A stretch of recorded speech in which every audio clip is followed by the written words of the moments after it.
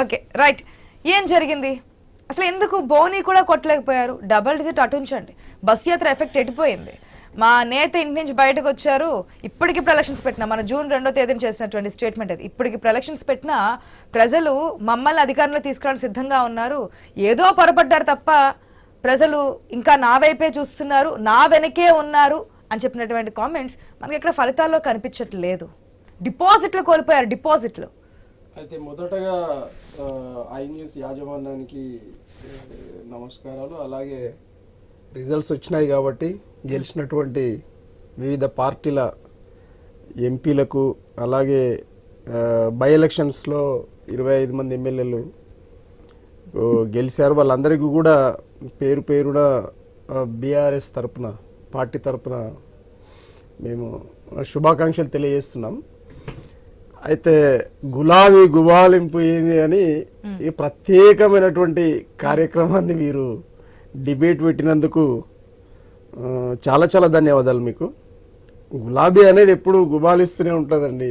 ఈ ప్రత్యేకంగా అంటే అదే అదే అయితే ప్రజల నాడి అనేది అంతుపట్టకుండా ఉంటుంది. మా నాయకుడు సరే బహిర్గతంగా ఏ విధంగా మాట్లాడినా కూడా అంతర్గతంగా మాత్రం మనకు గుండుసున్నా కూడా రావచ్చు, ఆశ్చర్యపోవాల్సిన పని లేదు. ప్రజల వేవ్ అనేది అది ఎటువైపు మలుతుందో తెలవదు. ఎందుకు అని అంటే మన మీద ఇంప్రెషన్ కొద్దిగా ప్రజలకు, అంటే 10 సంవత్సరాలు పరిపాలించినాం కాబట్టి కొన్ని తప్పులు ఏ విధంగా జరిగాయి, మరి ఎమ్మెల్యేల ద్వారానా, ఎంపీల ద్వారానా, మంత్రుల ద్వారానా, అది మనము ఇంకా సమీక్ష చేసుకునే దాంట్లోనే మనం ఉన్నాము. అంతట్లోనే 6 నెలల కాలంలో ఎలక్షన్ వచ్చింది కాబట్టి సరే మన ప్రయత్నం గట్టిగా మనం ప్రయత్నం చేద్దాము. ప్రయత్న లోపం ఉండకూడదు. బట్ రిజల్ట్ ఏమైనా కావచ్చు. అంటే నిండా ఆశీర్వదిస్తే 6 నెలల కాలంలో ఒకవేళ ఎందుకు అనంటే ఈ కాంగ్రెస్ పార్టీ ఏదైతే హామీలు ఇచ్చిందో ఆ హామీలు వాస్తవ గ్యారంటీలు ఏది 6 గ్యారంటీల విషయంలో ఏదైతే ఉందో ఒకవేళ టర్న్ అయితే ఆ ఇష్యూలో టర్న్ అయితే అవ్వచ్చు. కానీ 6 నెలల్లో మనం ఆశించడం కూడా తప్పే. అయినా ప్రయత్నం చేద్దాం. 100% ప్రయత్న లోపం ఉండకూడదు అని చెప్పి క్యాడర్కి చెప్పడం జరిగింది. ఆయన కూడా ఆ విధంగానే ప్రయత్నం చేసిండు, మేము ఆ విధంగానే ప్రయత్నం చేసాం. పార్లమెంట్ ఎలక్షన్స్ ముందు ప్రతిపక్ష హోదాతో ముందుకు వచ్చారు, కానీ ఒక గేట్ తెరిచామని చెప్పున్నారు రేవంత్ రెడ్డి. ఇప్పుడు అయిపోయాయి, పార్లమెంట్ ఎలక్షన్స్ కూడా అయిపోయాయి, ప్రజా తీర్పు మనం చూస్తున్నాము. బస్సు యాత్రకు వచ్చినటువంటి రెస్పాన్స్ అంటే మీరు ఎందాకన్నారు బహిర్గతంగా ఎన్నైనా చెప్పొచ్చు, అంతర్గతంగా మాకు అని చెప్పారని.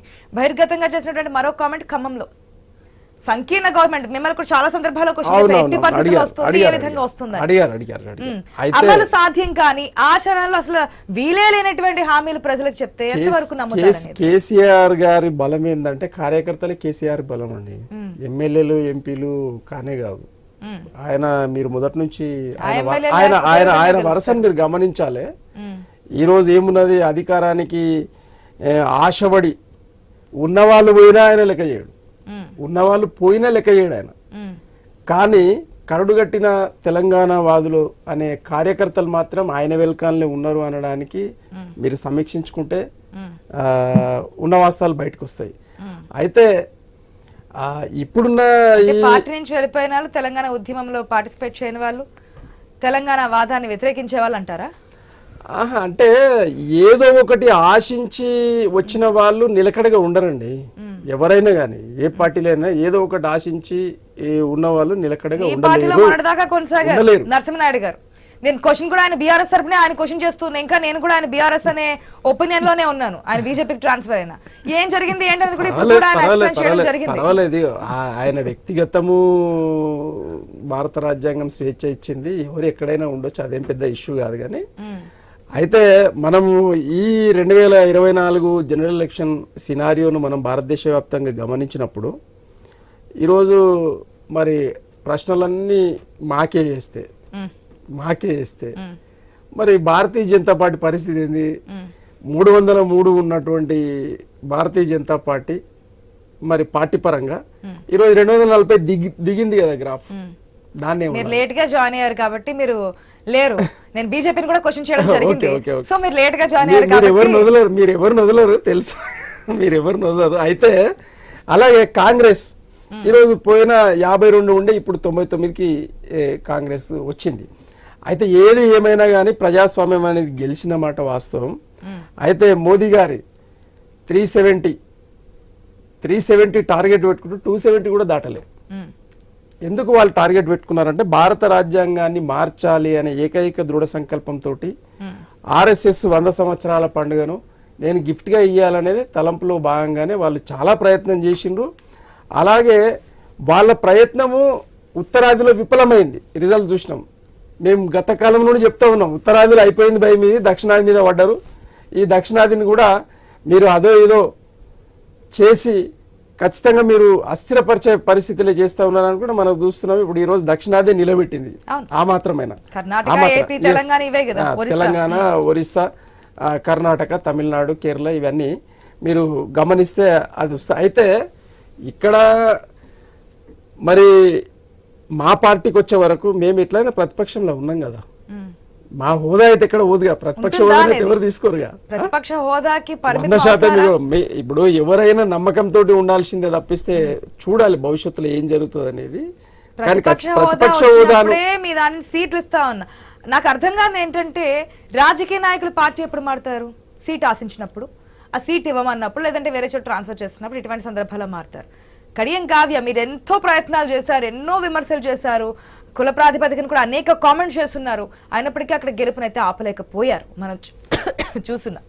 అటువంటి సిచ్యువేషన్స్ లో ఇప్పుడు అంటే ఏమీ లేకుండా 10 సంవత్సరాలు అధికారంలో ఉన్నటువంటి అధికార పార్టీ బీఆర్ఎస్ పార్టీ ఒక్కసారిగా ప్రతిపక్షంలోకి వచ్చిన తర్వాత ఇంత మార్పు ప్రజల నుంచి ఈ స్థాయిలో వ్యతిరేకత వచ్చిందని అనుకుంటున్నారా మీరు? లేదంటే కారణం ఏమనుకుంటున్నారు? అసలే మేము మెదక్కైనా కైవసం చేసుకున్నాం, మా లీడర్స్ అందరూ ఉన్నారు, అక్కడి నుంచి కూడా మేము సాధించలేకపోయాము అంటే? కార్యకర్తలు, నాయకులు అనే వాళ్ళు ఎక్కడ కూడా కన్ఫ్యూజన్కు గురి కాలేదండి. బహిర్గతంగా ఉన్నవాటి ఏం జరుగుతుందో, ఏం జరగబోతుందో, ఇలా జరిగితే బాగుండే అనే వ్యక్తిత్వాల వల్లనే అదంతా క్రియేషన్ అయిందే తప్పిస్తే క్లారిటీగానే ఉన్నాం. ప్రతిపక్ష హోదా వచ్చింది, అసెంబ్లీలో ప్రతిపక్ష హోదా ఉన్నది, ఈసారి వేరే వాళ్ళకి ఇద్దామని చెప్పి పాజిటివ్నెస్ అది కేసీఆర్ గారి మీద కోపం అనుకోవడం పెద్ద పొరపాటు. అది అంటే 10 సంవత్సరాల పరిపాలన అంటే కంటిన్యూగా 23 సంవత్సరాలు 24 సంవత్సరాల ప్రయాణం కేసీఆర్ గారు రాజకీయ ప్రయాణం. అంటే రాజకీయ ప్రయాణం తెలంగాణ వాదం విషయంలో 2000 నుండి మొదలుకుంటే 2001లో పార్టీ స్థాపించి ఈ 2024 వరకు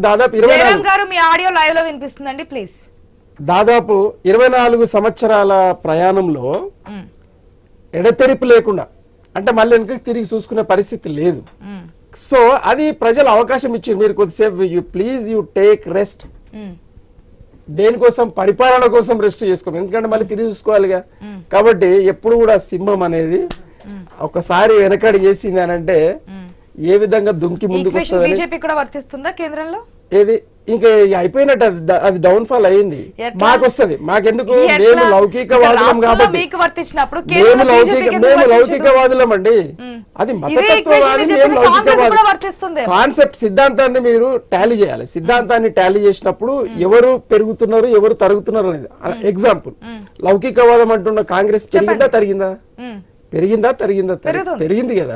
మరి వాళ్ళు మతతత్వవాదులు తగ్గుతున్నారు కదా. అంటే ఇంకా డౌన్ ఫాల్ ఏ ఉంటది, ఇంకా పెరగదు. ఇంకా ఇంకెప్పుడు భారతీయ జనతా పార్టీ తగ్గేదేమీ లేదనేది మీ అభిప్రాయం? ఇప్పటి నుంచి ఇంకా గ్రోతే అడి సున్నాలో ఉన్నాం కాబట్టి.